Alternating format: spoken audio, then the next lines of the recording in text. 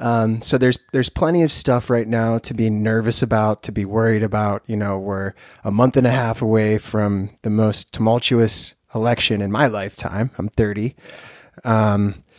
What right now gives you hope? What are you excited about for the future? Is there anything that you're like, oh, this is a good thing? Can you Yeah. just elaborate on that? Yeah. So, um, I mean, like a few things. So things like unity, things like smart people wanting to talk about solutions and wanting to engage and doing it on like a very like unity is not getting like a ton of notoriety, and it's not like most people are just very self-interested in like wanting to do something to promote themselves or like make a quick buck or put themselves in a position to have to like get them further in some regard.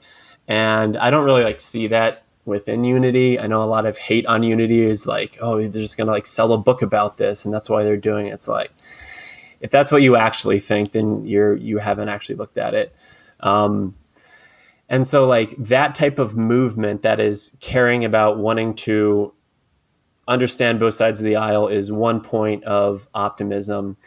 Another point of optimism is that I definitely do think that we need some type of big fundamental change to our system, whether probably economic, probably something to do with what Andrew Yang was talking about with UBI, and and I think that the only time that change is really possible, unfortunately, is when times are tumultuous. Mm-hmm. And so when times are good, then more people can just kind of sit back and watch this political theater and be entertained by it and not have to rock the boat. And there's still plenty of people who are doing well for themselves that are willing to do that, which sickens me.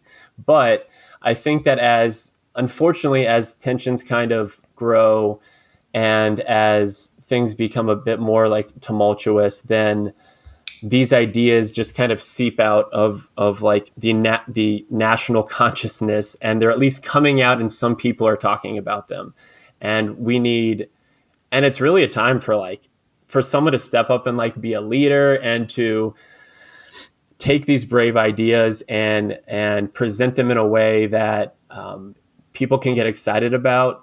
Like that, there's such an opportunity for that. Like the fact that Yang could come from nothing and gain like pretty big notoriety, and like the fact that that happened is a sign that something good could happen. Now, there's a million complications because of how stagnant and opaque our current government system is, but at least people are talking about that more than at least I've ever heard. And so eventually we will come to something good, and you can only focus on the positives in it now, no matter how frustrating the negatives are on a daily basis.